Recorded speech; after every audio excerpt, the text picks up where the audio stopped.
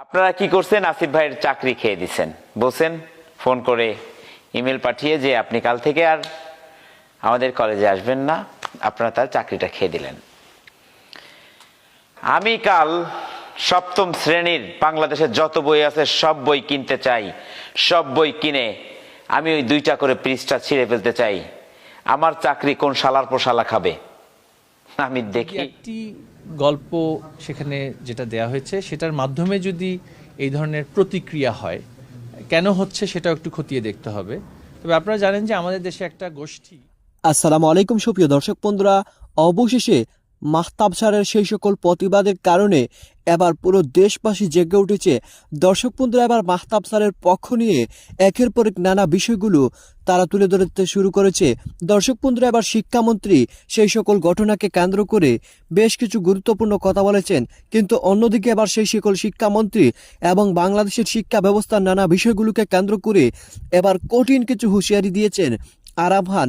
দর্শক বন্ধুরা, আরাফ খান এবার শিক্ষামন্ত্রীকে এমন কিছু বিষয় তুলে ধরেছেন এবং সেই সাথে শিক্ষামন্ত্রীকে নিয়ে বেশ কিছু সমালোচনা করেছেন। তো দর্শক বন্ধুরা, আপনার মাঝে সেই সকল কথাগুলো তুলে ধরেছি, অবশ্যই ধৈর্য সহকারে পুরো ভিডিওটি দেখবেন, তাহলে এই সকল বিষয়গুলো পরিপূর্ণ বুঝতে পারবেন। হ্যালো, আসসালামু আলাইকুম, সবাই কেমন আছেন? আমার খুব এই মুহূর্তে বাংলাদেশ যেতে ইচ্ছা করতেছে। আজকে আমি দাঁড়িয়ে ভিডিও বানাচ্ছি, তার কারণ হচ্ছে আমি একজন মানুষকে রেসপেক্ট করতেছি, যার নাম হচ্ছে আসিফ ভাই। আসিফ ভাই হচ্ছে আমাদের দেশের একজন সত্যিকারের মানুষ। আমি চাই আসিফ ভাইয়ের মতন মানুষ পুরো বাংলাদেশের ঘরে ঘরে জন্ম হোক। আপনাদের একটা ভিডিও আমি দেখাবো, সেটা দেখলে আপনারা হয়তো বুঝতে পারবেন যে আসিফ ভাইটা কে। ছোটবেলায় সবাই আমাকে ছেলে বলতো, কিন্তু আমি নিজে একসময় বুঝলাম আমার শরীরটা ছেলেদের মতো হলেও আমি মনে মনে একজন মেয়ে। সে যদি মেয়ে হয়, একটা ছেলে যদি মেয়ে হয় আসে, তাহলে তার বিয়ে হবে কার সাথে? ছেলের সাথে। তার মানে কি সমকামী, যেটা আমাদের দেশে অবৈধ, কিন্তু সেটাকে বৈধতা করা হচ্ছে এই গল্পের মাধ্যমে। আমাদের এই বইটা আছে, এটা অলরেডি পাবলিশ ঘরে ঘরে আছে। যাদের সামর্থ্য আছে তারা একটা কাজ করবে, সেটা হচ্ছে বইয়ের দোকানে যাবে। এই বইটার দাম 80 টাকা দিয়ে আমি কিনছি। বইটা কিনবে, কিনে এই যে 2টা পাতা আছে শরীফ শরীফা, ছিড়বে।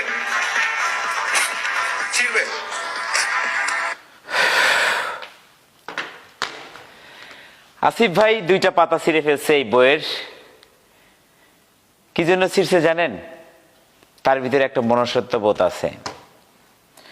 আপনারা কি করছেন? আসিফ ভাইয়ের চাকরি খেয়ে দিচ্ছেন, বলছেন ফোন করে ইমেল পাঠিয়ে যে আপনি কাল থেকে আর আমাদের কলেজে আসবেন না, আপনারা তার চাকরিটা খেয়ে দিলেন।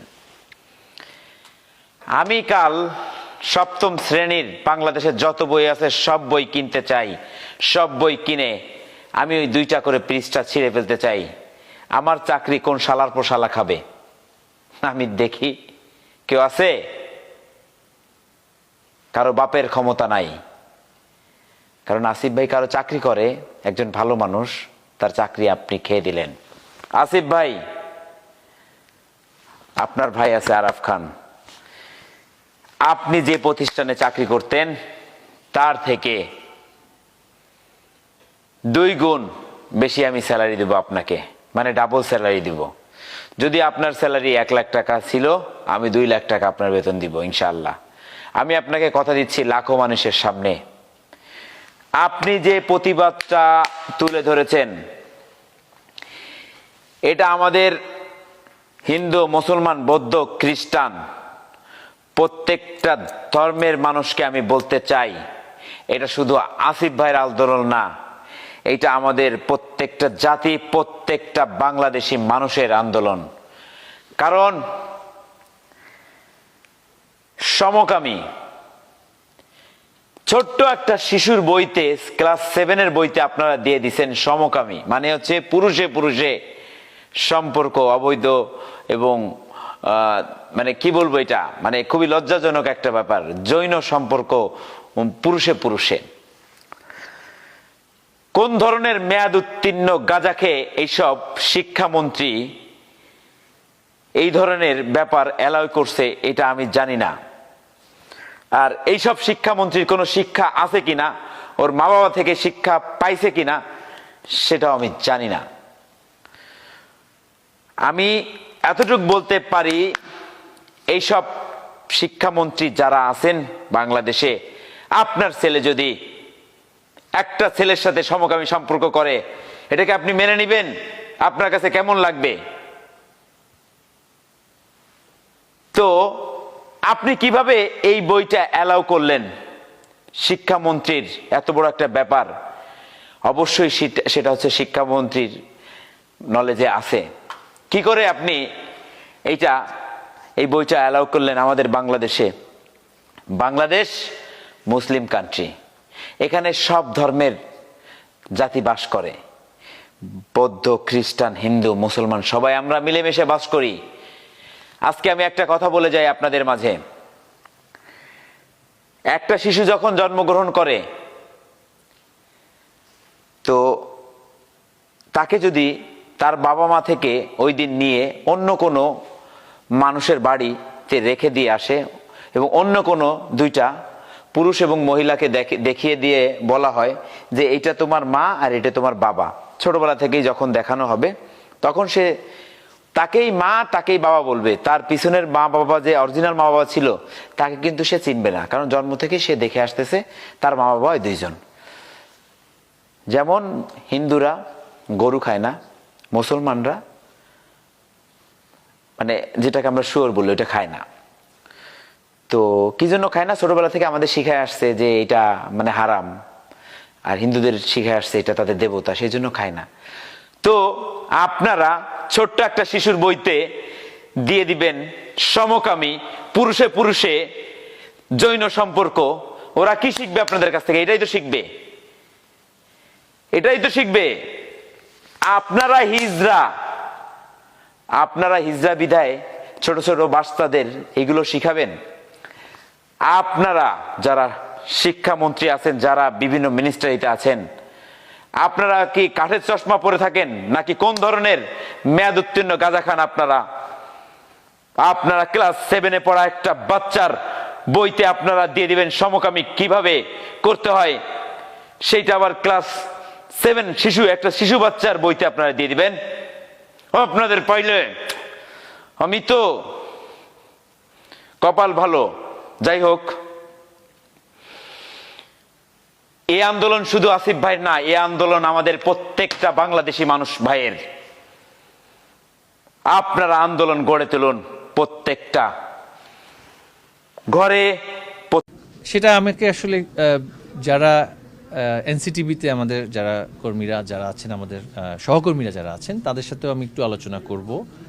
যদি একটি গল্প সেখানে যেটা দেয়া হয়েছে সেটার মাধ্যমে যদি এই ধরনের প্রতিক্রিয়া হয়, কেন হচ্ছে সেটাও একটু খতিয়ে দেখতে হবে। তবে আপনারা জানেন যে আমাদের দেশে একটা গোষ্ঠী নানান বিষয়ে ধর্মকে ব্যবহার করে হোক বা আমাদের ধর্মীয় অনুভূতিকে ব্যবহার করে হোক, নানান সময়ে অরাজকতা করা বা পরিস্থিতিকে অস্থিতিশীল করার একটা প্রবণতা তাদের মধ্যে আছে। গত বছরও সেটা ছিল। তো একটি সংগঠন থেকে কিছুদিন আগে আমাকে কিছু সুপারিশ দেওয়া হয়েছিল যে কওমি মাদ্রাসা সমূহের কিছু শিক্ষকগণ সেখানে এসে দিয়েছিলেন। তো সেখানে তারা দাবি করেছেন যে এখানে ট্রান্সজেন্ডার শব্দটা ব্যবহার করা হয়েছে এবং যেটা বিভ্রান্তি সৃষ্টি করতে পারে সেই বিষয়টা তারা আমাদের নজরে এনেছিলেন। তবে যখন আমরা আবার আলোচনা করেছি সেখানে দেখেছি আসলে শব্দটা ট্রান্সজেন্ডার নয়, সেটা থার্ড জেন্ডার অর্থাৎ তৃতীয় লিঙ্গ।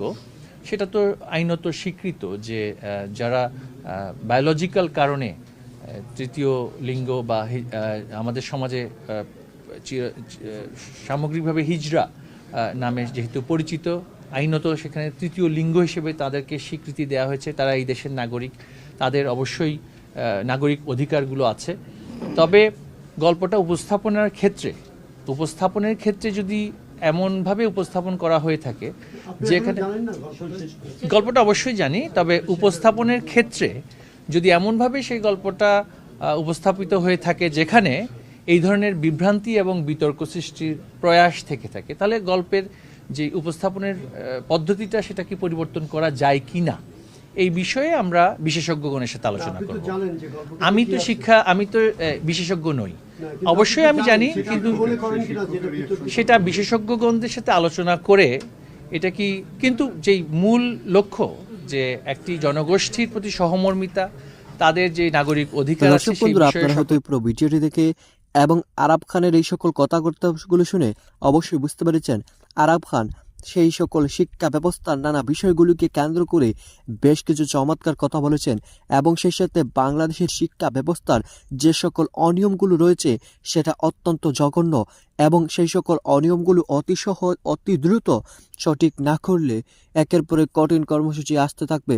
তো দর্শক বন্ধুরা, আপনারা পুরো ভিডিওটি দেখে এবং এই সকল কথাবার্তাগুলো শুনে আপনারা কি বুঝতে পেরেছেন অবশ্যই কমেন্ট করে জানিয়ে দিবেন। তো দর্শক বন্ধুরা, ভালো থাকুন, সুস্থ থাকুন।